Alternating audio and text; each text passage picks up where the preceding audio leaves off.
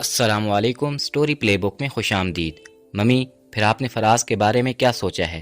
سارا آپی ممی کو مسلسل سوچتے دیکھ کر پوچھنے لگیں۔ ممی ذرا سوچیں۔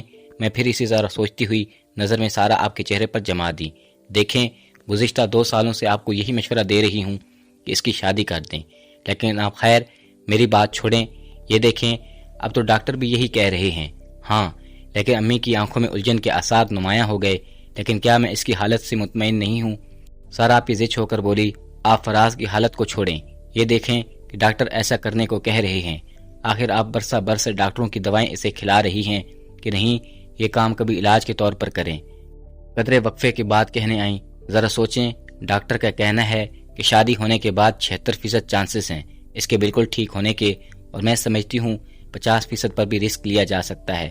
بیٹا، میرا بس چلے تو میں کل کی بجائے آج بلکہ ابھی اس کی شادی کر دوں۔ میرا بیٹا ہے اور اس کے سر پر صحرا سجانے کا ارمان تو اس کے دل میں پیدا ہوا تھا۔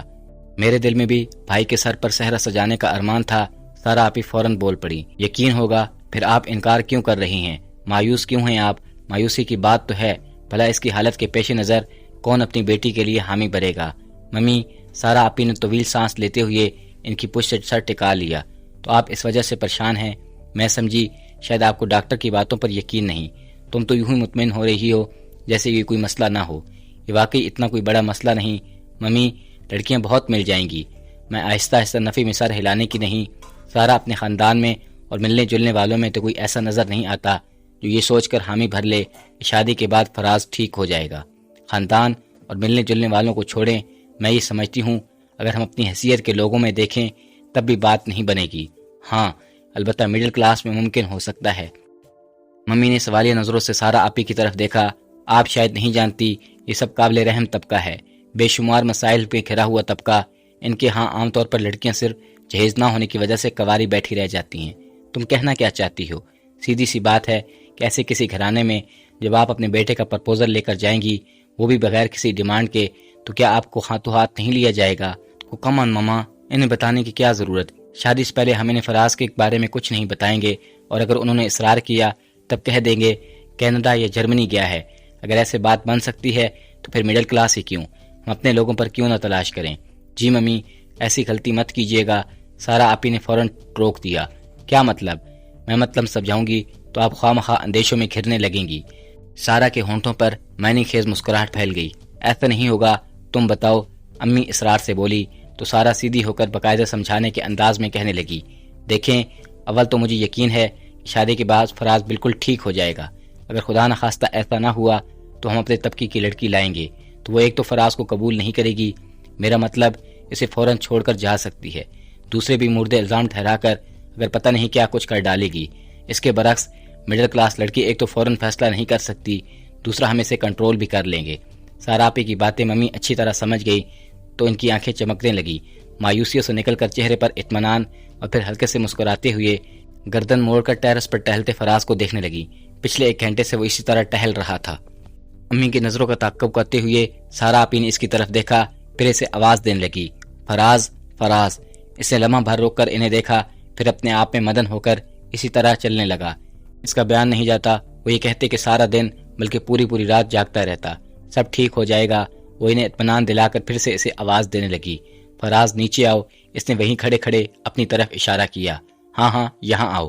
انہوں نے زور دے کر کہا۔ وہ تیزی سے سیڑھیاں اترتا ہوا ان کی طرف بھاگا چلا آیا۔ کیا بات ہے؟ کیا بات ہے؟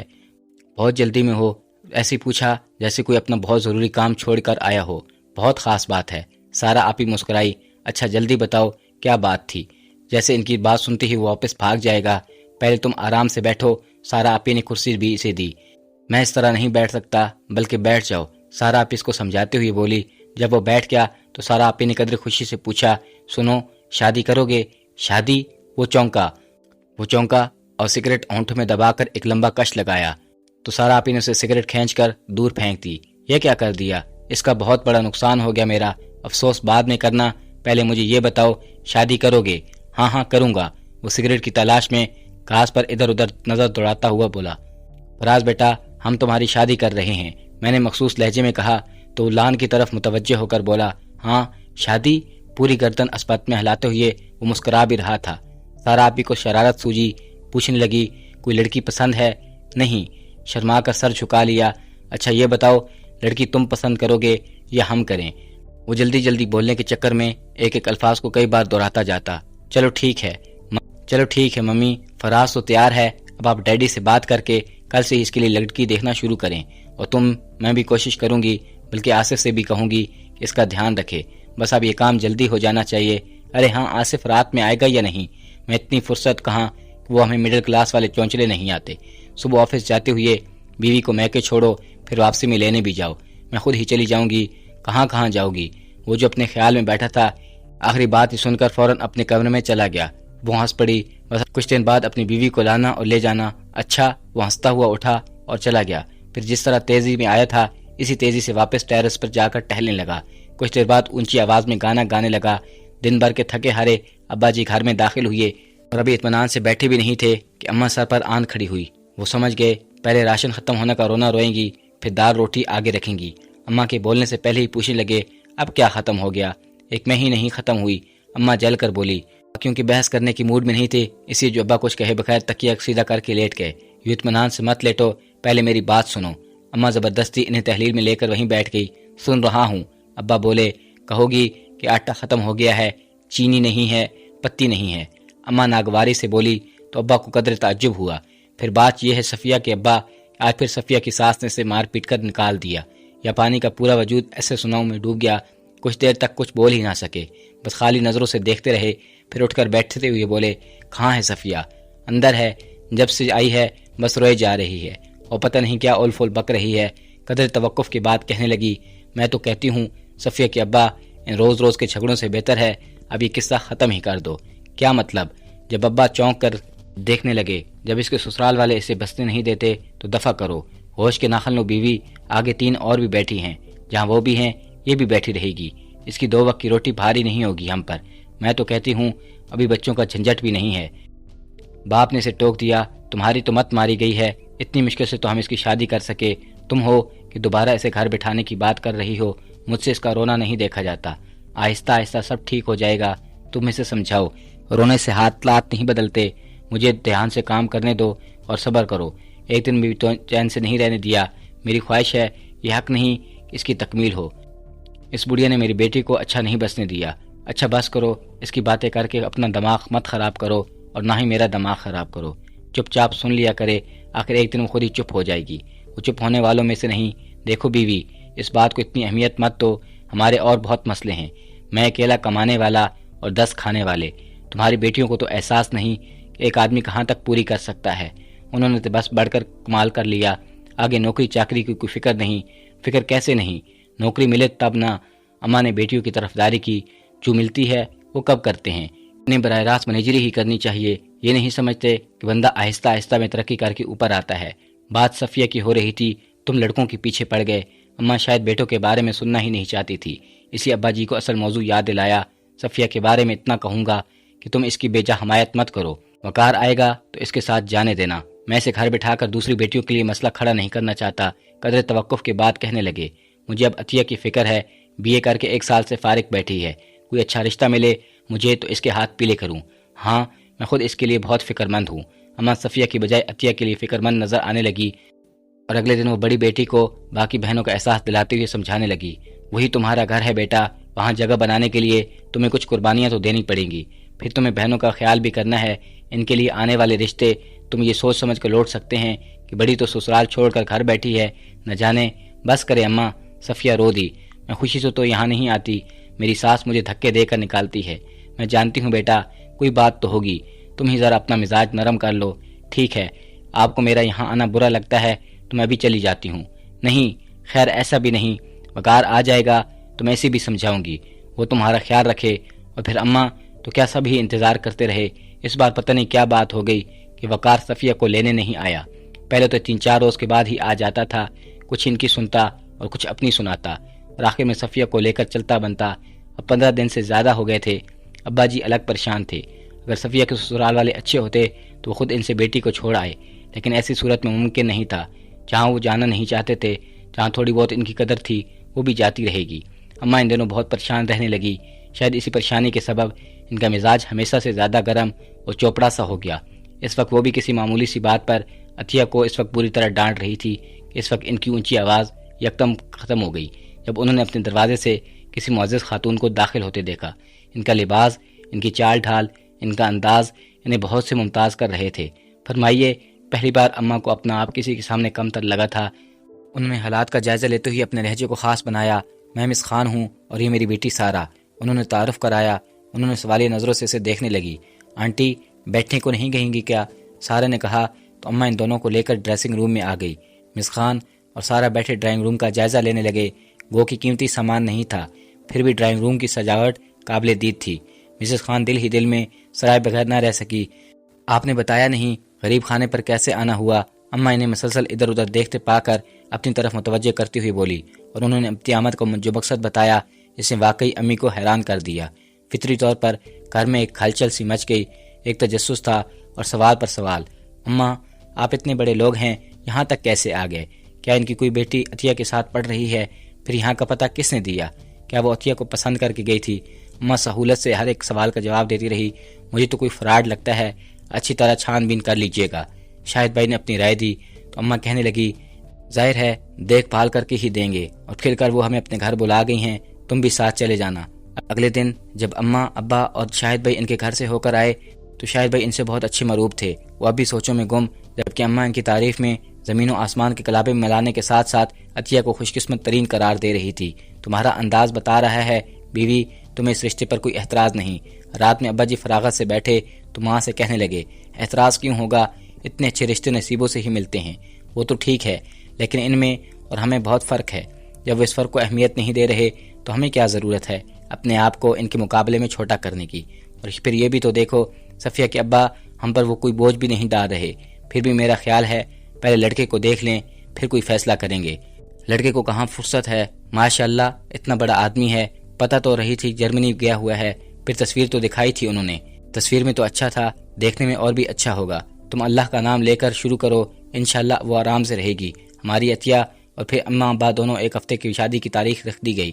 مسز خان نے صاف کہہ دیا کہ انہیں جہیز کے نام پر کسی چیز کی ضرورت نہیں، ان کے پاس اللہ کا دیا سب کچھ ہے، اور شادی بھی وہ سادگی سے یعنی ابا جی کی حیثیت کے مطابق ہی کریں گی۔ اماں نے ان کی باتوں کو ان کی نیک دلی پر محصول کر لیا اور شاید ابا جی بھی قائل ہو گئے۔ جہیز کا کوئی مسئلہ نہیں تھا، پھر بھی عزیز رشتہ داروں کو اطلاع اور بارات کا استقبال شایان طریقے سے کیا گیا، کھانے وغیرہ کا انتظام بھی کیا گیا۔ ان سب باتوں کے لیے ایک ہفتے سادہ نہیں تھا، بھاگ دوڑ میں دن گزرنے کا پتہ ہی نہیں چلتا۔ اور عطیہ جو ان دونوں گھر کے مسائل دیکھتے ہوئے نوکری کرنے کا سوچ رہی تھی، وہ اپنی زندگی میں اچانک آنے والے انقلاب پر حیران رہ گئی۔ وہ اسی حیرانی کے ساتھ فراز کے ہمراہی میں اس بڑے جہاز سازے میں گھر میں چلی گئی جس کا شاید اس نے تصور بھی نہ کیا تھا۔ جبلا عروسی میں اسے سارا آپ ہی لے کر آئیں اور کسی کو پتہ نہیں، انہوں نے آنے نہیں دیا۔ شاید کسی کو بھی یہ نہیں پتا تھا کہ میرا بھائی بہت سیدھا ہے۔ سارا آپ اس کا میک اپ کرتے ہوئے فراز کے بارے میں بتانے لگی، میرا خیال ہے تم اس کی زندگی میں آنے والی پہلی لڑکی ہو، کیونکہ میں نے اس کے ساتھ کبھی کسی لڑکی کو نہیں دیکھا، شاید اس لڑکیوں کے ساتھ دوستی کرنا پسند نہیں۔ اور پتہ ہے جب شادی کی بات آئی تو کہنے لگا کہ میں مڈل کلاس لڑکی میں شادی کروں گا۔ اس کے چہرے کو آخری پیج دیتے ہوئے اس کے ہونٹوں کو تل کو انہوں نے نمایاں کر دیا، پھر مسکراتی ہوئی اٹھ کھڑی ہوئی، لو بھائی میرا کام ختم ہوا، تم آرام سے بیٹھو، میں بھی فراز کو بھیجتی ہوں۔ وہ اس کا آنچل درست کرتی ہوئی چلی گئی۔ اس نے ذرا سی پلکیں اٹھا کر ان کے بند دروازے کو دیکھا، پھر کمرے کا جائزہ لینے لگی۔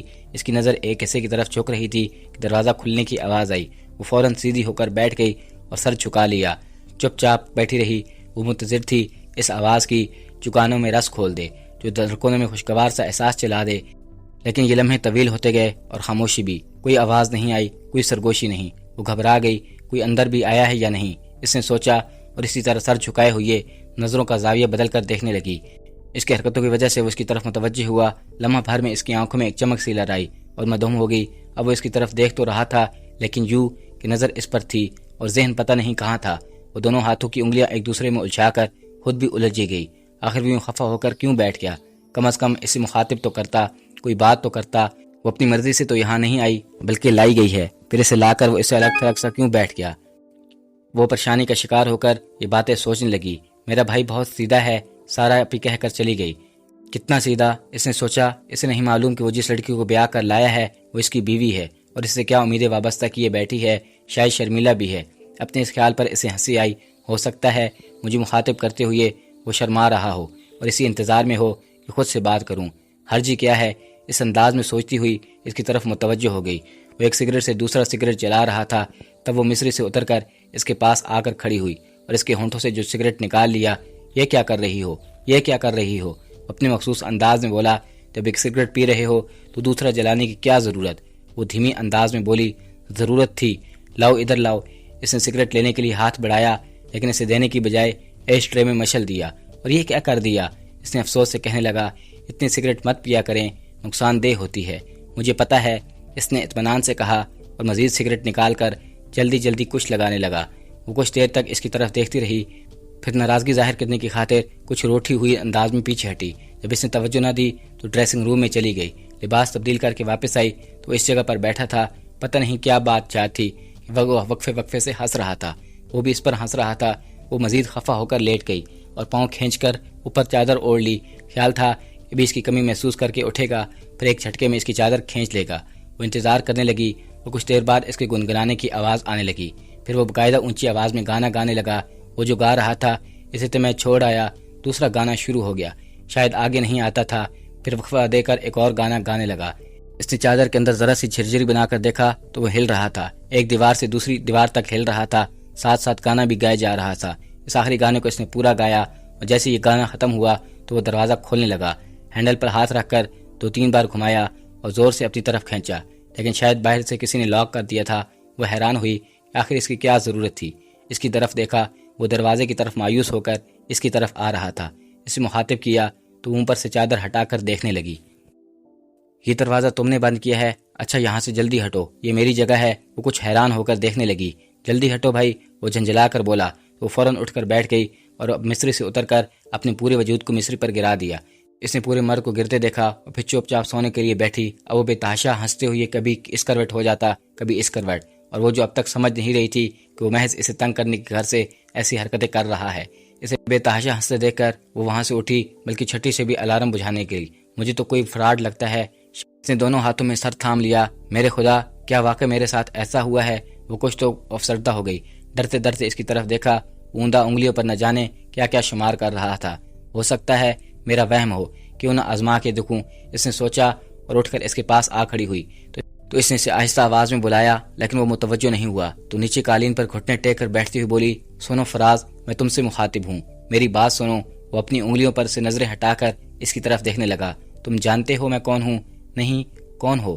الٹا اس سے پوچھنے لگا، تم بتاؤ تو۔ مجھے نہیں پتا، جیسے اس کے سوالوں سے بیزار ہو گیا۔ اکتا کر بولا، میں تمہاری بیوی ہوں۔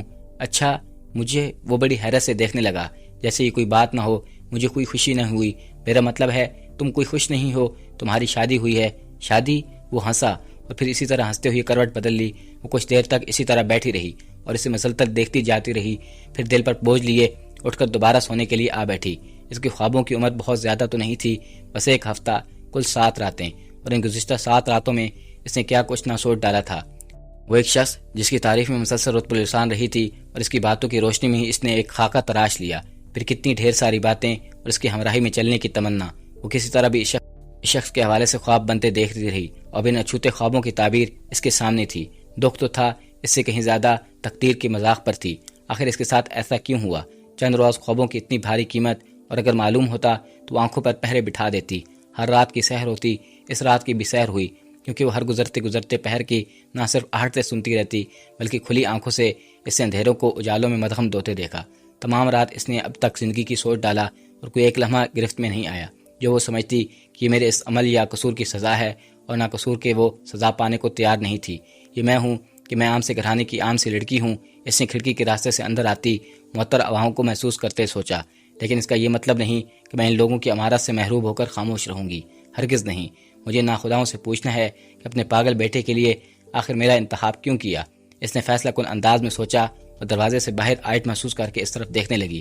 باہر سے لاک کھلنے کی آواز آئی اور پھر دروازہ کھل کر سارا آپی اندر آ گئی۔ اس پر سرسری نظر ڈال کر اس کی طرف دیکھنے لگی۔ فراز سو رہا ہے؟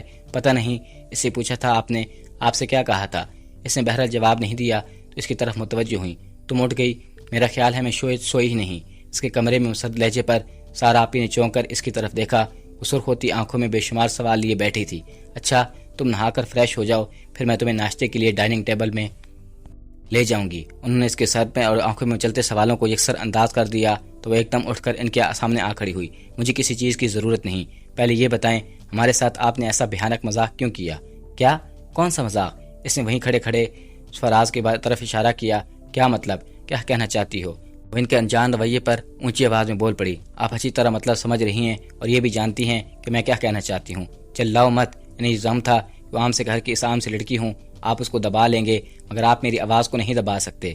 مسز سارا، میں آپ سب کو بتا دوں گی کہ آپ نے ہمارے ساتھ دھوکہ کیا ہے، فریب دیا ہے۔ ہمیں اتنی اونچی آواز میں مت بولو، فراز اٹھ جائے گا، بلکہ آؤ میرے ساتھ۔ سارا اسے لے کر اپنے امی کے کمرے میں چلی گئی۔ کیا بات ہے؟ ان دونوں کو آتا دیکھ کر وہ پوچھنے لگی۔ میرا خیال ہے ممی، فراز نے اس کے ساتھ کچھ اچھا سلوک نہیں کیا۔ یہ بات کہتی ہوئی سارا اپنی پتہ نہیں پریشان ہو گئی، یا ان کے لہجے میں تصوف تھا۔ وہ مجھے نہیں، کیا بات ہوئی؟ فراز نے آپی کی طرف حیرت انداز میں دیکھا تو اسے بے تحاشا غصہ آیا۔ وہ مشکل ضبط کرتے ہوئے کہنے لگی، وہ کیا کہے گا؟ اپنے ہوش میں ہوتا تو کہتا۔ قدر توقف کے بعد وہ کہنے لگی، میں پوچھتی ہوں بیگم صاحبہ، مجھے یہاں لانے کا کیا مقصد؟ آپ کا بے وقوف لڑکا، اور آپ ہمیں یہاں کر اپنی بہو بنا کر لے آئے اپنے پاگل بیٹے کے ساتھ۔ وہ پاگل نہیں ہے، اسے کھا جانے والی نظروں سے دیکھتی ہوئی بولی، تو پورا کبھی مروب نہیں ہوئی، پھر آپ کیا کہیں گی؟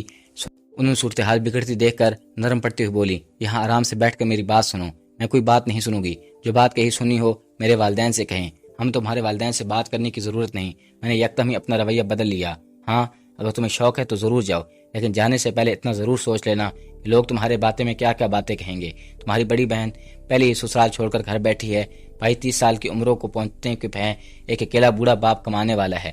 ایسے میں تم بھی مائکے کی چوکھٹ سنبھال لوگی تو تمہاری دوسری بہنوں کا کیا ہوگا؟ قدرے وقفے کے بعد وہ کہنے لگی، ہمارا کچھ نہیں بگڑے گا عطیہ بی بی، لوگوں کی باتیں تانے تم سنو گی، تمہارے ماں باپ سنیں گے، ضرور ان کی بیٹیوں میں کوئی عیب ہے جو سسرال والے نکال کر باہر کرتے ہیں۔ میرے خدا، اس نے دونوں ہاتھوں میں چہرہ چھپا لیا۔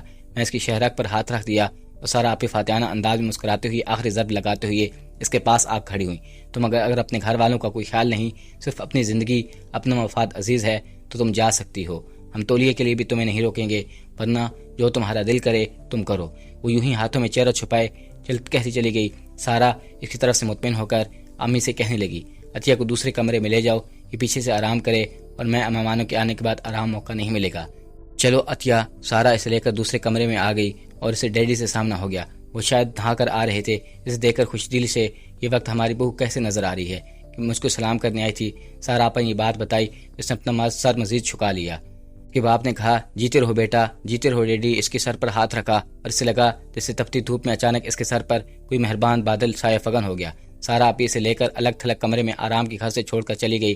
جاتے جاتے انہوں نے یہ بھی کہا کہ ہو سکے تو ایک نیند لے لو، فریش ہو جاؤ، لیکن کیسی نیند اور کیا آرام؟ وہ تو تنہائی ملتی ہی پہلے خوب جی بھر کو روئی، پھر جب آنسو خود ہی تھم گئے تو اپنے ساتھ ہونے والے اس حادثے کو سوچتی اور کڑکتی رہی۔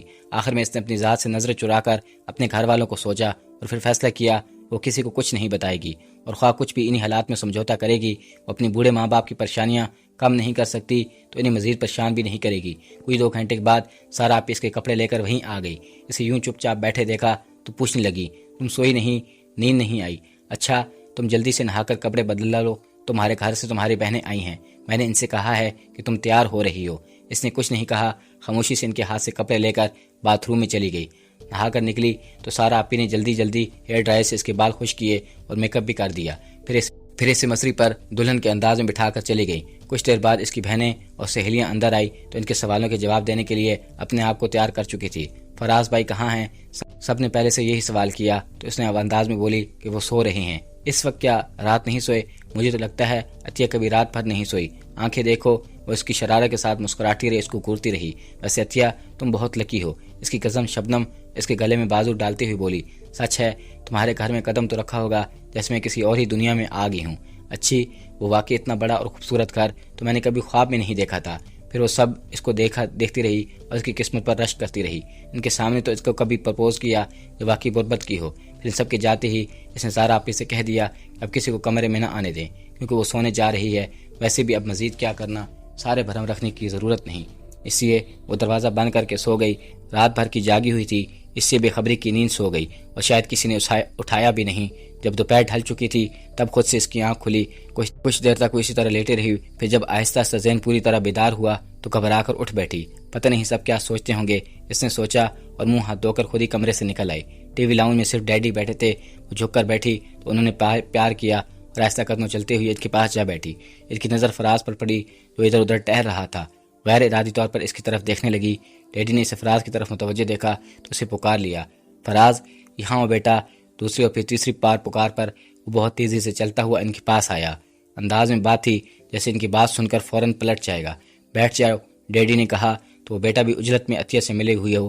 ڈیڈی نے اس کے کندھے پر ہاتھ رکھ کر اسے پوچھنے لگے تو سر کو زور زور سے اصابت میں لانے لگا۔ پتہ نہیں انتہا کی لاپرواہی سے کہہ کر کھڑا ہو گیا، کہاں جا رہے ہو؟ مجھے ایک کام ہے۔ کیا کام ہے؟ بہت ضروری کام ہے، عطیہ سے پوچھ لو۔ پھر جانا؟ یہ کیوں نہیں؟ کیوں پوچھوں؟ اس لیے کہ یہ تمہاری بیوی ہے۔ اچھا؟ وہ اسے دیکھ کر ہنسا اور پھر اسی طرح ہنستا ہوا باہر نکل گیا۔ اس نے طویل سانس لے کر سر جھکا لیا۔ ڈیڈی کچھ دیر تک اس کے جھکے سر کو دیکھتے رہے، پھر کہنے لگے بیٹا اگر تم چاہو تو یہ بالکل ٹھیک ہو سکتا ہے۔ وہ اپنی طرف اشارہ کر کے کثرے حیران ہو کر ان کی طرف دیکھنے لگی اور ڈیڈی جواب میں ابھی کچھ کہنا ہی چاہتے تھے کہ سارا آپی اور ان کے پیچھے ان کی امی بھی آ گئی۔ ڈیڈی اب میں گھر جا رہی ہوں، سارا آپی آتے ہی کہنے لگی کیوں بیٹا؟ کیوں خیریت؟ ڈیڈی اصل میں آصف نے کچھ دوستوں کو ڈنر پر انوائٹ کر رکھا ہے، اس لیے میرا جانا ضروری ہے، پھر تو میں تمہیں نہیں روک سکتا۔ اوکے میں پھر آؤں گی، اور عطیہ تم ممی کے ساتھ آنا۔ انہوں نے اخلاق سے اپنے آنے کی دعوت دی، پھر سب کو خدا حافظ کہتے ہوئے چلی گئیں۔ اچھا بیٹا میں تم سے بات کروں گا۔ ڈیڈی نے اس کا کندھا تھپکا دیا، پھر ممی کی طرف متوجہ ہو گئے تو وہاں سے اٹھ کر اپنے کمرے میں آ گئی، وہی کمرہ جہاں رات وہ سنہرے خوابوں کے ساتھ داخل ہوئی تھی۔ اس وقت اس کی حضرت پاس کی تصویر بنا ویران سا لگ رہا تھا۔ رات والی نفاست اور سجاوٹ کہیں نہیں تھی۔ بیڈ کی چادر آدھی سے زیادہ نیچے جھول رہی تھی، اور جب کہ اسے یہیں رہنا تھا تو اسے ٹھیک ٹھاک رکھنا بھی اس کا فرض تھا۔ یار ذمہ داری بہرحال جو بھی کچھ تھا اس نے آہستہ آہستہ عمر بھر کی چیزیں سمیٹنی شروع کر دیں۔ ایش ٹرے رکھا اور سگریٹ سے بھرا ہوا تھا، اور کچھ اڑتی ہوئی راکھ میز کی سطح پر بھی پھیلی ہوئی تھی۔ اور سگریٹ کیوں پیتا ہے اس نے سوچا، اور ایش ٹرے اٹھا کر ڈسٹ بن میں الٹ دیا۔ پھر جب بیڈ پر دوسری چادر بچھائی جا رہی تھی وہ آ گیا، خاموشی سے کھڑا اسے دیکھتا رہا۔ جب وہ اس کام سے فارغ ہو کر سیدھی کھڑی ہوئی تو کہنے لگا تم چائے پیتی ہو؟ اس نے ثابت میں سر ہلایا۔ اچھا؟ وہ خوش ہو کر بولا مجھے چائے پلانا بہت اچھا لگتا ہے، اور کیا کیا چیز اچھی لگتی ہے تمہیں؟ تو وہ سوچنے لگا، اور جہاں ذہن پر زور پڑا وہ جھنجھلا کر بولا پتہ نہیں کہ تم ہر بات انہیں کیوں نہیں کہہ دیتے؟ وہ ہر بات بڑھانے کی گھر سے بولی پتہ نہیں، مجھے نہیں پتہ۔ وہ چھلانگ لگا کر بیڈ پر جا گرا اور کچھ دیر تک اسے دیکھتے رہا، پھر اس کے پاس چلی آئی۔ سنو چاؤ پیو گے؟ میں منع کر رہی ہوں، مجھے کچن میں جانے ہی نہیں دے رہے۔ وہ اس کی طرف دیکھتے ہوئے بولا جیسے آپ سے بات کر رہا ہوں۔ آپ سے بات کر رہا ہوں؟ تم کچن میں کیوں جانا چاہتے ہو؟ چائے بنانے؟ ارے خانسامہ ہے نا، اس سے کہہ دیتے وہ بنا دیتا۔ ممی نے اسے منع کر رکھا تھا۔ وہ اس کی باتوں کا جواب تو ٹھیک دے رہا تھا لیکن انداز نارمل نہیں تھا۔ میں تمہارے لیے چائے بناتا ہوں۔ اس کے ساتھ ہی اس نے بنے ہوئے منہ میں چھال لیا۔ وہ حیران ہوئی اور ابھی اس نے ہونے کی وجہ پوچھنا چاہتی تھی کہ ملازمہ کھانے کے لیے بلانے کے لیے کمرے میں آ گئی کہ وہ فراز کو بلا رہی ہیں۔ اس نے ملازمہ کو کہا کہ مجھے بھوک نہیں ہے۔ ملازمہ سے کہنے لگی چھوٹی بی بی آپ چلیں، فراز صاحب دل چاہے گا تو کھا لیں گے۔ بلکہ سے کندھے جھانک کر ملازمہ کی رہنمائی میں ڈائننگ روم میں آ گئی۔ کھانے کے دوران ڈیڈی اس کے ساتھ ہلکی پھلکی باتیں کرتے رہے۔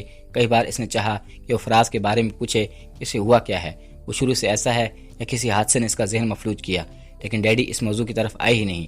وہ بہت جلدی کھانا ختم کر کے اٹھ کر چلے گئے۔ وہ بس سوچتی ہی رہ گئی۔ پھر اگلے کئی دن تک اسے موقع نہ ملا کیونکہ ڈیڈی اسے مصروف رہتے اور دن میں تو اسے سامنا ہوتا ہی نہیں تھا۔ کسی دن رات کے کھانے پر موجود ہوتے اور اس وقت آئے ہوتے نظر آ رہے تھے کہ بہت اجرت میں کھانا کھا کر اپنے کمرے میں چلے جاتے۔ گو کہ وہ بھی فراز کے بارے میں تفصیل سے بات نہیں کر سکی، لیکن پہلے روز انہوں نے کچھ ایسا روب کر ڈالا تھا کہ ان سے خائف رہنے لگی۔ پھر ڈیڈی نے خود بھی اول روز اس سے کہا تھا وہ اسے فراز کے سلسلے میں بات کریں گے، اس سے وہ بھی منتظر تھی۔ اس روز ابھی ناشتے سے فارغ ہو کر بیٹھی تھی کہ شاہد بھائی آ گئے۔ وہ انہیں دیکھ کر خوش ہو گئی، ملازمہ کو بلا کر چائے کے لیے کہا اور ان کے پاس بیٹھ کر ایک ایک کا حال پوچھنے لگی۔ میں انہیں لینے آیا ہوں۔ شاہد بھائی کہنے لگے مجھے اماں نے بھیجا ہے، کہہ رہی تھی جب سے بیاہ کر گئی ہو تو ایک دن بھی وہاں رہنے کے لیے نہیں آئی۔ میرا خود بہت دل چاہ رہا تھا لیکن ممی کو آتے دیکھ کر وہ خاموش ہو گئی۔ شاہد بھائی نے سلام کیا تو سر کے اشارے سے جواب دیتی ہوئی وہیں بیٹھ گئی۔ ممی شاہد بھائی مجھے لینے آئے ہیں، میں ان کے ساتھ چلی جاؤں؟ وہ اندر ہی اندر سے ڈرتی ہوئی پوچھنے لگی کہ کہیں وہ بھائی کے سامنے صاف انکار نہ کر دیں، لیکن خلاف توقع انہوں نے بڑی خوش اخلاقی کا مظاہرہ کرتے ہوئے کہا ہاں ضرور چلی جاؤ، بلکہ میرا خیال ہے 2-3 روز وہاں رہا ہو، ایسے بھی فراز آج کل اسلام آباد گیا ہوا ہے تو اس کے آنے تک وہاں رکو۔ انہوں نے جب جھوٹ بولا تو وہ چونک کر ان کی طرف دیکھنے لگی، ایسی نظروں سے دیکھ رہی تھے جیسے کہہ رہی ہوں جو میں کہہ رہی ہوں وہی سچ ہے، فراز اسلام آباد گئے ہوئے ہیں۔ شاہد بھائی نے پتہ نہیں آپ سے کیا کہا تھا یا تصدیق کے لیے اس سے پوچھا تو فوراً کہنے لگی ہاں ابھی کل ہی تو گئے ہیں۔ پھر اٹھتی ہوئی بولی آپ جب تک چائے پئیں میں تیاری کر کے آتی ہوں۔ اس کے ساتھ ہی تیزی سے چلتی ہوئی اپنے کمرے میں غائب ہو گئی۔ فراز کو دیکھا وہ بے خبر سو رہا تھا، وہ جانتی تھی وہ بھی نہیں اٹھے گا۔ پھر بھی بہت احتیاط سے الماری کھول کر اس میں سے اپنے 2-3 سوٹ نکال کر بیگ میں رکھے، پھر اسی طرح آہستگی سے الماری بند کر کے ڈریسنگ روم میں چلی گئی۔ دل تو چاہا اسی طرح شاہد بھائی کے ساتھ چلی جائے، لیکن یہ مناسب نہیں تھا کہ موجودہ حیثیت کے پیش نظر اسے ٹھیک ٹھاک حلیے میں نکلنا تھا۔ اماں کے گھر میں اس کی آمد پر ایک دعوت کی گئی۔ چھوٹی دونوں بہنوں نے اس کی آمد سے پہلے گھر صاف ستھرا کر دیا اور اب اس کے ساتھ VIP جیسا سلوک کر رہی تھی۔ اس نے ایک کرسی پیش کی تو دوسری بھاگ کر اسکواش بنا لائی۔ اماں آگے پیچھے بچھی جا رہی تھی، وہ شرمندگی محسوس کرنے لگی۔ سینڈل اتار کر اماں کے پاس چارپائی پر چڑھ گئی۔ اماں آپ کے لیے تو میں ابھی وہی عطیہ ہوں۔ اماں کے گلے میں بازو ڈالتے ہوئے دھیان سے بولی تو اماں نے اس کی پریشانی چوم لی۔ خوش تو ہونا میری بیٹی۔ اماں خوش کیوں نہیں ہوگی؟ سب لوگ اتنے اچھے ہیں، بلکہ بہت اچھے ہیں۔ زندگی میں پہلی بار اس نے اپنی آواز اجنبی لگ رہی تھی۔ فراز نہیں آئے تمہارے ساتھ؟ وہ اسلام آباد گئے ہوئے تھے تو میں نے تو کہا تھا رات کا کھانا نہیں کھائیں گے۔ میں نے تو پھر بھی اماں ویسے بھی اکثر یہاں آنے کا سوچتے ہیں، لیکن کوئی نہ کوئی مصروفیات آڑے آ جاتی ہے۔ آپ ہی ہم نے تو فراز بھائی کو بس شادی والے روز ہی دیکھا تھا، اس کے بعد تو نظر ہی نہیں آئے۔ اس کی چھوٹی بہن نے کہا تو فوراً کندھے پر جھک کر بولی کیا کریں، وہ بھی یہی کہتے ہیں کہ تمہارے گھر والوں سے ڈھنگ سے ملاقات ہی نہ ہوئی۔ مزید سوالوں سے بچنے کی خاطر صفیہ کو دیکھتے ہوئے بولی صفیہ ابھی تک نہیں کیا وقار بھائی لینے آئے؟ وقار آیا تھا، لیکن وقار کے نام پر ایمان کی پیشانی پر بل پڑ گئے۔ پھر میں نے سمجھانے کی کوشش کی تو الٹا سارا الزام اس کے ساتھ رکھ کر چلا گیا۔ اماں داماد کا معاملہ تھا، آپ آرام سے بات کرتی، کوئی ضرورت نہیں آرام سے بات کرنے کی۔ وہاں سے پہلے صفیہ بول پڑی اس سے تو وہ لوگ اتنا سر چڑھے ہوئی ہیں، یہاں سے کوئی کچھ کہتے ہیں، اور ویسے بھی جب تک وقار مجھے الگ گھر نہیں لے کر دے گا میں نہیں جاؤں گی۔ اس کی اماں کے ساتھ میرا گزارا کسی طرح ممکن نہیں۔ وہ تو ٹھیک ہے بیٹا، لیکن تم چپ رہو، تمہیں کوئی ضرورت نہیں میرے معاملے میں بولنے کی۔ صفیہ نے اسے ڈانٹ دیا تو وہ چپ رہی۔ اس نے برا نہیں مانا کیونکہ جانتی تھی اس کا رد عمل فطری ہے۔ جس طرح سب لوگ اسے اہمیت دے رہے ہیں، اسے کچھ احساس کمتری کا شکار ہو رہی ہے۔ رات میں ابا کی بہت دیر تک اس اپنے پاس بٹھائے باتیں کرتے رہے۔ فراز کی مصروفیات اس کے مشاغل، اس گھر میں اس کی اہمیت وہ بہت سوچ سمجھ کر جواب دیتی رہی۔ پھر وہ 3 دن اماں کے گھر رہی۔ تیسرے دن شام میں ڈرائیور گاڑی لے کر آ گیا تو وہ جانے کے لیے تیار ہو گئی۔ اسے آج بھی فراز نہیں آیا۔ ہمیں قدر تعجب سے پوچھنے لگی میرا خیال ہے وہ بھی اسلام آباد سے نہیں آیا ہوگا، تو پھر تم کہاں جا رہی ہو؟ اس کے آنے تک رہو۔ نہیں اماں، وہ کہتے ہیں جب میں باہر سے آیا کروں تو تم گھر میں ملا کرو۔ اس نے مسکرا کر اماں کو مطمئن کیا، پھر سب کو خدا حافظ کہہ کر باہر نکل آئی۔ اپنے گھر میں سب سے پہلے اس کا سامنا فراز سے ہوا۔ وہ کوریڈور میں ٹہل رہا تھا۔ اسے دیکھ کر لمحہ بھر اس کے پاس رکا، پھر آگے بڑھنا چاہتا تھا کہ اس کے سامنے آ گئی۔ پوچھے کہ نہیں میں کہاں سے آئی ہوں؟ وہ جیسے چونکا تھا، پھر جلدی سے بولا نہیں میں کیوں پوچھوں گا، تم پوچھے بغیر کام کرتے ہو۔ اچھا، وہ انسونی کرتا ہوا آگے بڑھ گیا تو وہ سانس لیتی ہوئی اندر چلی آئی۔ لاؤنج میں بیٹھی تھی، امی کو سلام کیا، انہیں سلام کرتے ہوئی بیٹھ گئی۔ آئیں اپنے گھر سے پتہ نہیں امی کا انداز بھی ایسا تھا، ایسے لگتا تھا جیسے وہ طنز کر رہی ہو۔ آہستہ کسی بولی میرا گھر تو یہی ہے، میں ٹھیک ٹھاک ہیں سب لوگ۔ اس کی بات نظر انداز کر کے پوچھنے لگی بھائی تمہاری بہن کا کیا ہوا جو ابھی تک میکے میں ہے؟ ابھی تو ادھر ہی سے مسئلہ ہوا ہے، کیا اس سے پہلو بدلتے دیکھا تو انہیں دوسرا سوال یہ داغ دیا تمہاری بھائی کی کہیں نوکری بھی نہیں؟ اس کے ساتھ وہ کھڑی ہو گئی، بیگ اٹھایا اور اپنے کمرے کی طرف جا رہی تھی۔ پیچھے سے پکار کے کہتے ہیں تمہارے بھائی کا مسئلہ تو ہم بھی حل کر سکتے ہیں، میں تمہاری ڈیڈی سے کہوں گی وہ اپنے آفس میں کہیں۔ ان کی بات پوری ہونے سے پہلے اپنے کمرے میں آ گئی، بیگ پھینک کر گرنے کے انداز میں صوفے پر بیٹھ گئی، اندر ہی اندر جھنجھلا رہی تھی۔ جواب نہیں۔ ممی کا ایسے پہلے میں فراز کے بارے میں کوئی سوال کروں وہ ہمارے گھر کے مسائل کے بیچ میں کیوں آ جاتی ہیں، کیوں ہمیں طنز دیتی ہیں؟ صاف کیوں نہیں کہہ دیا کہ آپ کو میری بہن بھائیوں سے کیا وہی ہے جب ان کی فکر کرنے کی بجائے اپنی بیٹی کی فکر کریں؟ ملازمہ کھانے کے لیے بلانے آئی تو اسے منع کر دیا۔ کھانے کے بعد ڈیڈی اس کے کمرے میں چلے آئے، انہیں اپنے کمرے میں دیکھ کر حیران ہوئی اور فوراً اپنی جگہ سے اٹھ کھڑی ہوئی۔ تم نے کھانا نہیں کھایا بیٹی؟ ڈیڈی میٹھے اور اسے پیارے انداز میں بیٹھتے ہوئے کہا مجھے بھوک نہیں۔ اچھا جب بھوک لگے تو کھا لینا، خالی پیٹ سونا اچھا نہیں۔ اچھا جی، وہ اس کی اس قدر کرتے 3 دن سے کم نہیں تھی۔ ڈیڈی نے کہا تو وہ بے ساختہ ہنس پڑی۔ میں نے کچھ نشاد باتیں کرنی ہیں۔ کیوں نہیں بیٹا، آپ سارا دن گھر پر ہوتے نہیں، پھر آپ کب سے آپ سے بات کروں؟ بات تو تمہاری ٹھیک ہے، میز پر ٹانگیں سیدھی کرتے ہوئے بولے، لیکن بیٹا میں کہیں بھی جاؤں گھر کا خیال میرے ساتھ رہتا ہے۔ میں بھی کبھی ایک میل کے لیے اپنے گھر سے غافل نہیں ہوا، اور پھر 3 دن تم رات کے کھانے میں بھی نظر نہیں آئی، اس لیے خاموشی سے سر جھکا لیا۔ تو موضوع بدلتے ہوئے کہنے لگے یہ بتاؤ فراز سے ملاقات ہوئی؟ جب میں آئی تھی تو وہ کوریڈور میں ٹہل رہا تھا، اس کے بعد انہیں کہاں چلے گئے؟ تمہاری آمد پر اس کے کیا تاثرات تھے؟ کچھ نہیں ڈیڈی کہہ کر پتہ نہیں کس سوچ میں ڈوب گئے۔ بہت دیر بعد اس مخاطب کر کے کہنے لگے بیٹا شروع سے ایسا نہیں تھا، بہت اچھا بچہ اور ہونہار تھا، میٹرک اور BS میں بہت نمایاں کامیابی حاصل کی۔ اس کے بعد میں اسے مزید تعلیم کے لیے باہر بھیجنا چاہتا تھا، اور ان دنوں پتہ نہیں کیا ہوا۔ ڈیڈی خاموش ہو کر شاید کچھ دنوں کو سوچنے لگے، جبکہ پوری طرح ان کی طرف متوجہ ہوئے، ان کے بولنے کے منتظر تھی۔ پیچھے یقین سے نہیں کہہ سکتا اسے کیا ہوا۔ جب میں نے یہ دیکھا وہ انتہائی ذمہ دار اور اپنی تعلیم کو ہر چیز پر فوقیت دینے والا تھا، ایک دم لاپرواہ ہو گیا۔ اس وقت غلطی مجھ سے یہ ہوئی کہ میں نے فوراً ہی نوٹس نہیں لیا۔ میرا خیال تھا شاید دوستوں میں اٹھنے بیٹھنے لگا، اس لیے لاپرواہ ہو گیا، اور پھر میں بے فکر یوں بھی تھا کچھ عرصے بعد باہر چلا جائے گا تو یہاں کے دوستوں سے ویسے بھی چھوٹ جائے گا، لیکن اس کو نوبت ہی نہ آئی۔ میں نے جب اسے باہر جانے کے لیے کہا تو پہلے تو ٹالتا رہا، پھر عجیب حرکتیں بھی کرنے لگا، مثلا بالکل غیر ارادی طور پر اس کے منہ سے نکل گیا تو انہوں نے گردن موڑ کر اس کی طرف دیکھا، پھر کہنے لگے بار بار آئینے کے سامنے جا کر کھڑے ہونا اور اپنے چہرے کو یوں ٹٹول کر دیکھنا جیسے اس کا چہرہ بدل گیا ہو، پھر وہ کوئی اضافی اپنے چہرے پر محسوس کرتا۔ میں مذاق میں کہتا کیوں شہزادے، خیر تو ہے، اور جواب اس کی آنکھوں میں وحشت اتر آتی اور اس کا چہرہ خوفناک دکھائی دینے لگتا۔ میں خود بھی ڈر جاتا، اس وقت بھی میں نے خیال نہیں کیا بلکہ اپنے آپ کو ملامت کرتا کہ یہ میرا بیٹا ہے، میرا لخت جگر ہے اور میں اس سے ڈر رہا ہوں۔ پھر چند دن کے بعد ہی وہ سب کچھ بدل گیا، یعنی اپنے حواسوں میں نہیں رہ پایا۔ پتہ نہیں کون سی بات، کون سا حادثہ اس پر اثر انداز ہوا، البتہ اس کے حواس کھو بیٹھتے۔ میں اسے اپنی آنکھوں سے دیکھا تھا، شاید وہ دل خاموش ہو گیا تھا، تبھی وہ خاموش ہو گئی۔ ان کا دیکھ محسوس کرتے ہوئے ان کا ہاتھ اپنے ہاتھوں میں لے کر بولی، آپ نے کیا کیا ظاہر کیا؟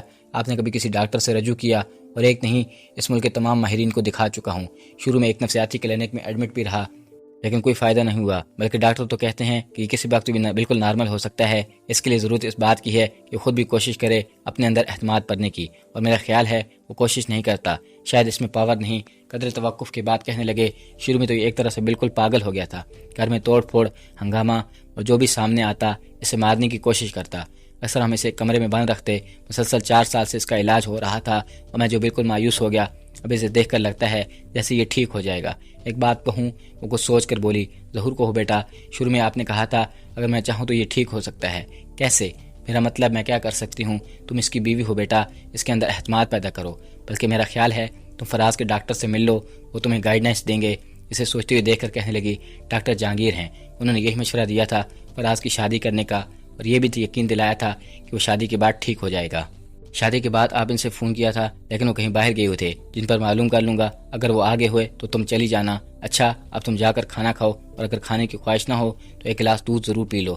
ڈیڈی اٹھتے ہوئے بولے تو وہ بھی ان کے ساتھ کھڑی ہو گئی۔ اگلے دن دوپہر میں کھانے کے بعد ڈیڈی نے آفس سے فون کر کے اسے بتایا کہ انہوں نے ڈاکٹر جہانگیر کو فون کیا ہے، وہ آ چکے ہیں، اور یہ کہہ کر انہوں نے کہا کہ ڈاکٹر کے لیے تم سے ٹائم بھی لے لیا ہے، وہ شام 6 بجے چلی جائے، فراز کو بھی ساتھ لے جائے۔ اس دوپہر کو روزانہ کی طرح سوئی نہیں، بلکہ سارا وقت سوچتی رہی کہ فراز کے ساتھ کیسے جائے گی، انہیں ہدایت پر وہ عمل کر بھی سکے گی یا نہیں۔ شام میں وہ اپنے کمرے میں تھی تو میں نے خود ہی اسے کہا، اور فراز کو ڈاکٹر کے پاس جانا ہے۔ میں کیا، فراز میرے ساتھ چلا جائے گا؟ میرا مطلب کوئی کم و پیش تم کیا سمجھتی ہو؟ ممی نے فوراً سے ٹوک دیا، میں تمہیں پہلے بھی بتا چکی ہوں، وہ پاگل نہیں ہے، ہر بات سمجھتا ہے اور مانتا ہے، وہ ان سے الجھ نہیں سکتی تھی، اسے سر چکا لیا۔ بات کرنے کا طریقہ ہوتا ہے جو شاید تمہیں نہیں آتا، انہوں نے کہا، اور پھر وہیں سے فراز کو آواز دی اور قریب آئے تو کہنے لگی، فراز یہ عطیہ ہے، ذرا باہر جانا چاہتی ہے، تم بھی اس کے ساتھ چلے جاؤ۔ میں اس کے انداز میں معذوری تھی، یا بیٹا اکیلی لڑکی کہاں جائے گی، تم ساتھ گئے ہو تو اچھا ہو۔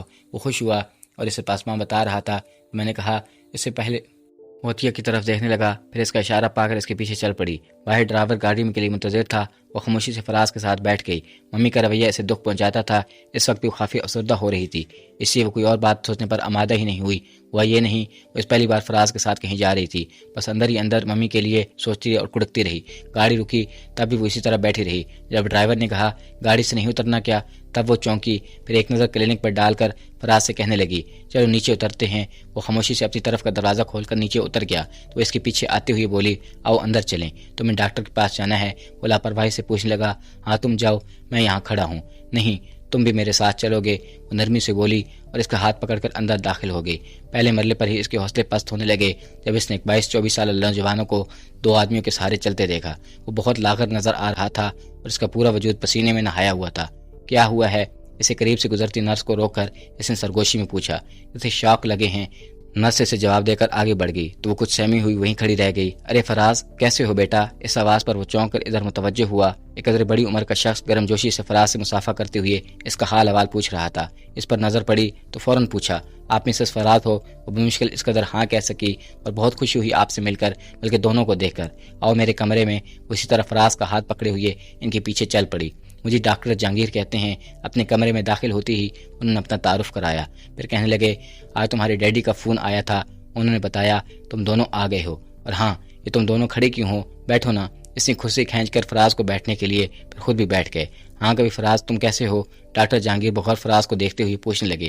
ٹھیک ہوں، بالکل ٹھیک ہوں، اس نے بہت جلدی میں جواب دیا۔ گڈ، خوش ہو؟ اور ہاں بیٹا، تم نے مجھے شادی پر بلایا نہیں، ویسے بہت جلدی ہو گئی تمہاری شادی۔ اچھا، اس سے کیا مطلب؟ تمہارا شادی کرو گے؟ نہیں، وجہ سے سوالوں سے گھبرا گیا فراز راہ فرار ڈھونڈنے لگا۔ بیوی کیسی ہے تمہاری؟ ڈاکٹر صاحب نے اس کی اکتاہٹ محسوس کرنے کے باوجود اپنے سوال جاری رکھے۔ اچھی ہے۔ کہاں ہے اس وقت؟ پتہ نہیں، مجھے نہیں پتا۔ اور یہ جو تمہارے ساتھ بیٹھی ہے یہ کون ہے؟ وہ گردن موڑ کر اس کی طرف دیکھنے لگے اور جو ذہن پر زور ڈالا جلا کر رہ گیا۔ مجھے نہیں پتا، تمہاری بیوی ہے۔ بڑا اچھا ہوگی۔ اور وہ اٹھ کھڑا ہوا، اسے روکنا چاہتی تھی لیکن ڈاکٹر صاحب نے اشارے سے منع کر دیا۔ جب وہ کمرے سے نکل گیا تو انہوں نے بیل بجا کر ملازم کو بلایا اور اس فراز کا خیال رکھنے کو کہا۔ پھر وہ ملازم کے جانے کے بعد پوری طرح اس کی طرف متوجہ ہو گئے۔ کیسا رویہ ہے فراز کا تمہارے ساتھ؟ ان کے پہلے سوال کا جواب اس نے اعتماد سے دیا۔ ایسے ہی ڈاکٹر صاحب، جیسے ابھی آپ نے دیکھا، میں خود سے بات کرتی ہوں تو اسی طرح بہت دیر میں جواب دیتا ہے، کبھی جواب بھی نہیں دیتا۔ میرا خیال ہے وہ اپنے اور میرے رشتے سے بالکل ناواقف ہے۔ کبھی یوں بیٹھتا ہے جیسے میں ہمیشہ اس کے گھر میں ہوں، کبھی یوں شوکتا ہے جیسے میں اچانک سے کہیں سے آ گیا ہوں۔ قدر توقف کے بعد وہ سوچ انداز میں بولا، ہر بات کا جواب ضرور دیتا ہے اور غلط بھی نہیں دیتی، لیکن جس انداز سے بولتا ہے اس پر کسی روبوٹ کا گمان ہوتا ہے۔ میرا مطلب ہے یہ میری طرف متوجہ ہوتا ہے اور نہ دیکھتا ہے۔ کبھی بات کا جواب دیتے ہوئے اس کا ذہن کہیں اور ہوتا ہے، آنکھیں کہیں اور، پھر مجھے کبھی ٹھیک جواب دیتا ہے۔ ایسے مجھے اس پر روبوٹ کا گمان ہوتا ہے، جیسے کہ اس کا بٹن آن کر دیا گیا ہو اور جو میں پوچھوں گی وہ بتائے گا۔ خاموش ہوئی تو ڈاکٹر صاحب پوچھنے لگے، کچھ نہیں؟ اور اٹھتا کب ہے؟ کبھی بہت دیر سے اٹھتا ہے، کبھی 10 بجے، کبھی 11 بجے اور کبھی دوپہر کے بعد اٹھتے ہیں۔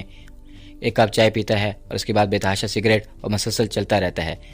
کبھی 5 منٹ بیٹھتا ہے پھر اٹھ کر چلنے لگتا ہے۔ وہ شادی کے بعد ان سب باتوں میں کمی نہیں آئی۔ ڈاکٹر صاحب، جیسے آپ سے بول رہے ڈیڈی بتا رہے تھے فراز کی شادی کا مشورہ آپ نے دیا تھا، وہ یوں بولی جیسے انہیں قصوروار ٹھہرا رہی ہو، اور اس کا مطلب سمجھ کر ڈاکٹر صاحب ہلکے سے مسکرائے، اصابت میں سر ہلاتے ہوئے بولے، ہاں میں نے اس کی شادی کا مشورہ دیا تھا اور مجھے یقین تھا کہ وہ بالکل نارمل ہو جائے گا۔ لیکن وہ خاموش ہو کر کچھ دیر تک اس کی طرف دیکھتے رہے، پھر کچھ ایسی باتیں، ایسے سوال جنہوں نے نروس کیا جو اس کی کوئی عزیز دوست بھی اس کے ساتھ کرتی تھی تو وہ جواب دیتے ہوئے جھجک جاتی، لیکن متقابل ڈاکٹر صاحب تھے، انہوں نے اس کی جوابات کی روشنی میں تجویز کیا، اس لیے وہ سر جھکا کر ان پر سوال کا جواب دیتی رہی۔ تم پڑھی لکھی سمجھدار لڑکی ہو بیٹا، وہ اسے سمجھاتے ہوئے کہنے لگے، تم جانتی ہوگی شادی ایک ایسا بندھن ہے، ایسی خوشی ہے جس میں انسان تبدیلی لاتی ہے۔ تم نے اکثر دیکھا ہوگا کہ بعض سوکھے ہوئے کمزور لڑکے بھی شادی کے بعد کیسے پھرتیلی جوان نظر آتے ہیں۔ بد مزاج لوگوں کے چہروں پر اچانک بشاشت نظر آنے لگتی ہے۔ وہ لڑکیاں شادی سے پہلے خواہ کتنی ہی بولڈ کیوں نہ ہوں ان کے انداز میں نہیں ہوتی جو شادی کے بعد آتی ہیں۔ اس طرح انسان کے خیالات اور سوچ بھی بدل جاتی ہے۔ پہلے جو شخص صرف اپنے لیے جینا چاہتا ہے، بعد میں اس کی زندگی دوسروں کے لیے وقف ہو جاتی ہے۔ قدر توقف کے بعد وہ کہنے لگے، فراز گزشتہ 3 سالوں سے میرے زیر علاج ہے اور یہ پہلا لڑکا نہیں، اس سے پہلے کئی ایسے نوجوان میرے زیر علاج رہے جو اب ماشاءاللہ کامیاب ازدواجی زندگی گزار رہے ہیں۔ میرے کہنے کا مطلب یہ ہے کہ فراز اب اس سٹیج میں ہے جہاں اس کی زندگی میں کوئی بھی خوشگوار تبدیلی آ سکتی ہے۔ اس سے میں اس کی شادی کا مشورہ دیا اور مجھے یقین تھا کہ وہ ٹھیک ہو جائے گا، لیکن کچھ تمہاری اور زیادہ فراز کے والدین کی غلطی کی وجہ سے وہ اب تک نارمل نہ ہو سکا۔ اس کے سوالی نظروں سے دیکھنے پر کہنے لگے، فراز کے والدین کو چاہیے تھا کہ شادی سے پہلے وہ اسے ذہنی طور پر تیار کرتے، لیکن مجھے لگتا انہوں نے بنا سوچے سمجھے اسے آمادہ کیے بغیر اس کے سر پر صحرا سجا دیا۔ یہ بقول تمہارے جیسے کسی روبوٹ کو اپنا بتا دیا جائے۔ کچھ مزید غلطی تم نے کی، اسے اپنے وجود کا احساس دلانے کی بجائے اس سے دور ہو گئی۔ میں کیا کرتی جب وہ میری طرف دیکھنے پر آمادہ ہی نہیں ہوا؟ تو بیٹا وہ کوئی غیر نہیں تھا، تمہارا شوہر تھا، تم اسے اپنی طرف متوجہ کر سکتی تھی۔ کیا تم نہیں جانتی کہ جو شخص تمہارا مجازی خدا بننے جا رہا ہے اس کے جذبات احساسات برف کی تہہ میں جمی ہوگی اور تم نے ان تہوں کو اپنی محبت کی گرمی سے پگھلانا ہے۔ آئی ایم سوری ڈاکٹر صاحب، میں نہیں جانتی تھی۔ اپنے ساتھ ہونے والی اس ناانصافی پر اس کی پلکیں نم ہو گئی تو ڈاکٹر جہانگیر کچھ دیر تک غیر یقینی سے اس کی طرف دیکھتے رہے، پھر تاسف سے بولے، ویری سیڈ، یہ تو تمہارے ساتھ ظلم ہوا۔ نہیں ڈاکٹر صاحب، میں شکایت ایسے نہیں کہہ رہی، دکھ اس بات کا ہے کہ اگر مجھے اس سے باخبر کر دیا جاتا تو ہو سکتا، بلکہ اس کی بات پوری ہونے سے پہلے ڈاکٹر صاحب بول پڑے، تمہیں نہ صرف یہ پہلے باخبر کیا جاتا بلکہ بتایا بھی جاتا کہ تمہیں اس کے ساتھ کس طرح پیش آنا ہے، پھر کوئی وجہ نہیں تھی کہ وہ ٹھیک نہ ہوتا۔ اب میں کیا کروں؟ ہاں، جو غلطی ہو چکی ہے اس پر صرف ہاتھ ملتے رہنے سے کچھ حاصل نہیں ہوگا، اصل بات یہ ہے کہ اب تم کیا کرو۔ ڈاکٹر صاحب کرسی کی بیگ سے پوچھ لگا کر سیدھے ہو کر بیٹھے، تم اس کی ذات میں دبی سے اسے اپنا بناؤ اور اسے اپنی ذات تسلیم کرو اور اپنے آپ کو منواؤ، لیکن آہستہ آہستہ، ایک دم سے اس پر مسلط ہونے کی کوشش مت کرو تو معاملہ بگڑ سکتا ہے۔ اور ہاں، کوشش کرو اس کے سونے اور جاگنے کے اوقات معمول کے مطابق ہوں، یعنی رات میں 10 بجے سوئے اور 6-7 بجے اٹھ جائے، لیکن خیال رہے اور بالکل عام لڑکیوں کی طرح حالات کی ستم ظریفی پر اندر ہی اندر مسلسل بڑھنے کی بجائے اپنی قسمت کو الزام دیا کرتی تھی۔ لیکن اب ڈاکٹر جہانگیر نے اس کے اندر ایک نیا حوصلہ اور عدم پیدا کر دیا۔ وہ جو حالات کو بدلے اور شکست دینے پر کمر بستہ ہو گئی، سب سے پہلے اس نے اپنا محاسبہ کیا۔ اس اپنے آپ کو بات کرنی پڑی۔ وہ بیک فراز سے غافل تھی اور رائے فرار ڈھونڈتی رہی، یوں جیسے اسے یقین ہو کہ وہ زیادہ دن یہاں نہیں رہے گی۔ شاید لاشعوری طور پر بھی نظر تھی کب اس کا فریب کا پردہ چاک ہو اور اس کے گھر والے آ کر اسے لے جائیں۔ اب اس نے سوچ لیا تھا کہ اسے یہاں سے اسے کہیں نہیں جانا، یہ اسی کا گھر ہے اور فراز یہ سب کچھ اس کا ہے اور جیسے سب کچھ مان لیا جائے۔ اور یوں چپ چاپ اس کے پاس کھڑا رہا۔ بتاؤ، خود سے پوچھتی ہو کیوں مجھے تلاش کر رہی تھی؟ بڑا خوبصورت جواب ہوتا، متضاد کیفیات میں گھرا ہوا، اس کو ثابت میں بلاتا اور زبان سے نہیں کہتا۔ بے ساختہ ہنس پڑتی۔ پھر اس نے ایک اور سٹیپ لیا، اپنی ہر بات میں اس سے رائے لینے لگی۔ فراز میں یہ سوٹ پہن لوں، کہاں دیکھے بغیر جواب دیتا، دیکھو یہ کلر مجھ پر کیسا لگے گا، ٹھیک ہے، ایسے نہیں دیکھ کر بتاؤ، اور بس دیکھتا رہتا۔ انہی دنوں اسے اپنی امی کی بیماری کا پتہ چلا تو وقتی طور پر سب بھول کر اماں کے گھر چلی گئی۔ یہاں کر اسے معلوم ہوا کہ صفیہ اپنے گھر جا چکی تھی۔ شاید وہی حالات سے شکست مان کر اپنی امی کی ڈگری کسی نچلی پوسٹ پر چھپا کر لڑکی کی جاب قبول کر چکے۔ جاوید بھائی ابھی تک پر امید اور سرگرداں تھے۔ اس کی چھوٹی بہنیں بھی امتحانوں میں مصروف تھی۔ امم بیچاری حالات کے ساتھ بیماری سے بھی لڑنے کو تنہا اور اپنی غفلت پر شرمندگی افسوس ہوا، لیکن وہ کیا کرتی، وہاں بھی تو اب اس کی ضرورت تھی۔ بہرحال سب کچھ بلا کر دل جان سے ماں کی خدمت میں لگ گئی۔ چند روز ماں کے پاس رہی۔ اس کے دوران 2 مرتبہ ڈرائیور گاڑی لے کر آیا، لیکن اس نے منع کر دیا۔ جب تک اماں بالکل ٹھیک نہ ہو گئی وہ واپس نہیں آئی۔ وہ کہ ماں کہتی رہ گئی وہ ٹھیک ہے، اسے چلا جانا چاہیے، سسرال کا معاملہ ہے، وہ خفا بھی ہو سکتے ہیں، لیکن اس اماں کی باتوں پر کان نہیں دھرے۔ جب وہ مکمل طور پر صحتیاب ہو کر چلنے پھرنے لگی، قدر بیانی سے پوچھنے لگا تو اس نے دیکھا وہ اس کی طرف متوجہ تھا۔ نظر میں کبھی اس پر بھی نہیں ہوئی تھی۔ ابھی کچھ دیر پہلے جو انداز اور غصہ جھنجھلا تھا وہ اب بھی نہیں تھی۔ خوشگوار حیرت میں گھر کے پیچھے ہٹتے ہوئے قدموں کو آگے لے آئی۔ تم نے مجھے ڈھونڈا تھا؟ ہاں، اس نے اعتراف کیا۔ کہاں؟ ہر جگہ، میں ڈرائنگ روم میں، لاؤنج میں، ڈرائنگ روم میں، یہاں وہاں، تم کہیں نہیں تھی۔ اس نے شدت جذبات سے اس کے ہاتھ تھام لیے۔ میں یوں ہی ذرا باہر چلی گئی تھی۔ اب تو نہیں جاؤ گی نا؟ نہیں، پتہ ہے میں نے چائے کبھی نہیں پی، اس کے لیے میں انتہائی معصومیت تھی۔ کیوں نہیں پی؟ تم جو نہیں تھی کون بنا کر دیتا؟ چلو ابھی بنا کر دیتی ہوں۔ وہ ایک نئے احساس سے گر کر اس کا ہاتھ تھامے ہوئے اندر آئی تو امی نے اسے پیار کیا۔ وہ اس وقت اتنی خوش تھی یہ بھی نہیں دیکھا میں نے کیوں بلایا ہے۔ اور ان کے پاس جا کر کہنے لگی، ممی، فراز نے مجھے مس کیا ہے، اتنے دن مجھے ڈھونڈتا رہا۔ جواب میں انہوں نے ایسی نظروں سے دیکھا کہ وہ خاموش ہو گئی اور اس کا ہاتھ چھوڑ کر ذرا دور ہٹ گئی۔ اب کیسی ہیں تمہاری والدہ؟ میں نے جیسے رواداری نبھائی۔ وہ بھی سرد لہجے میں بیٹھی، اب تو ٹھیک ہیں۔ وہ نظریں جھکاتے ہوئے آہستہ آواز بولی، آنٹی تعارف تو کروائیں۔ اس آواز پر اس نے چونک کر دائیں جانب دیکھا، پتہ نہیں کون تھا، بہت اشتیاق سے اسے دیکھ رہا تھا۔ یہ فراز کی دلہن ہے، میں نے کہا تو وہ حیرت سے بولی، ریلی؟ عطیہ ممی کوئی گھنٹہ بھر کے کمرے کو صاف ستھرا کر کے بھی اچانک اسے فراز کا خیال آیا اور یہ کبھی وہ اس کے لیے چائے بنانے جا رہی تھی۔ میرے خدایا، اپنی غفلت پر میں اپنے آپ کو ملامت کرتے ہوئے اس وقت کھڑی ہوئی، کمرے سے نکل کر آئی تو لاؤنج میں صرف سلمان بیٹھا تھا۔ جلدی میں اسے پوچھ لیا، سنو، تم نے فراز کو دیکھا ہے؟ ہاں، کئی بار۔ وہ شرارت سے بولا، نہیں، میرا مطلب ہے ابھی کچھ دیر پہلے تمہارے ساتھ تھا۔ اس کے بعد وہ اس کی بات کو طول دینے پر جلجلا ہو کر بولی، اس کے بعد وہ غالباً سیڑھیاں چڑھتے ہوئے دیکھا تھا۔ کیوں، خیریت؟ اس کی خیریت کا جواب دیے بغیر بھاگتی ہوئی سیڑھیاں چڑھ گئی۔ کھلی چھت پر ٹہلتے ہوئے اونچی آواز میں گانا گا رہا تھا، وہی گانا جو ول شب اس نے پورا گایا تھا۔ کبھی ہنستا، کبھی مسکراتا اور کبھی غصے میں آ کر گاتا، اور کبھی یوں لگتا جیسے کسی مجمع کے سامنے کھڑا تقریر کر رہا ہو۔ بہت ظلم ہوا تمہارے ساتھ۔ وہ چونک کر پیچھے ہٹی تو سلمان اس کے پاس کھڑا تھا۔ کیا ظلم؟ انجان بنتے ہوئے بولی، ایک پاگل کے ساتھ۔ وہ پاگل نہیں ہے۔ اور اس کی بات کاٹ کر ناگواری سے بولی، پھر کیا ہے؟ جو بھی ہے، تمہیں اس سے کیا؟ وہ جانے لگی تو وہ سامنے آ گیا، مجھے تم سے ہمدردی ہے۔ شکریہ، مجھے کسی کی ہمدردی کی ضرورت نہیں۔ وہ بولی، کمال ہے، میں تمہارا درد بانٹنے آیا ہوں اور تم خفا ہو رہی ہو۔ وہ کوئی سخت جواب دینا چاہتی تھی لیکن اس کے مہمان ہونے کا خیال کر کے اپنے آپ کو باز رکھا اور نارمل بناتے ہوئے کہنے لگی، مجھے کوئی درد نہیں، کوئی دکھ نہیں، میں خوش ہوں کیونکہ مایوس نہیں۔ امید کے جادو میرے راستوں میں جگمگاتے ہیں۔ مجھے تو واقعی تم دکھی لگتی ہو۔ وہ اسے وہیں چھوڑ کر نیچے اتر آئی۔ اگلے دن اس نے ڈاکٹر جہانگیر کو فون کر کے ساری صورتحال کہہ کر سنائی۔ وہ کچھ دن گھر سے دور رہی تو فراز نے نہ صرف اسے مس کیا بلکہ اس کے آنے پر خوشی کا اظہار بھی کیا اور آخر میں اپنی غلطی کا اعتراف بھی کیا۔ وہ کام میں الجھ کر اس کی چائے پینے کی خواہش کو فوری طور پر پوری نہ کر سکی، جس سے وہ پھر سے پہلی جیسے حرکتیں کرنے لگا ہے۔ مثلاً کیا کہہ رہا ہے؟ ڈاکٹر صاحب پوچھنے لگے۔ کبھی بنتا ہے، کبھی غصے کا اظہار کرتا ہے اور کبھی گانا گانے لگتا ہے۔ فکر مت کرو، وہ بہت جلد نارمل ہو جائے گا۔ لیکن ڈاکٹر صاحب، اندیشوں میں مت گھرو، میرا خیال ہے وہ ایسی حرکتیں کرتا ہے۔ کیا مطلب؟ تم نے اسے نظر انداز جو کیا، مجھ سے واقعی غلطی ہوئی۔ کوئی بات نہیں، ایسی چھوٹی موٹی باتیں تو ہوتی رہتی ہیں۔ پھر اب میں کیا کروں؟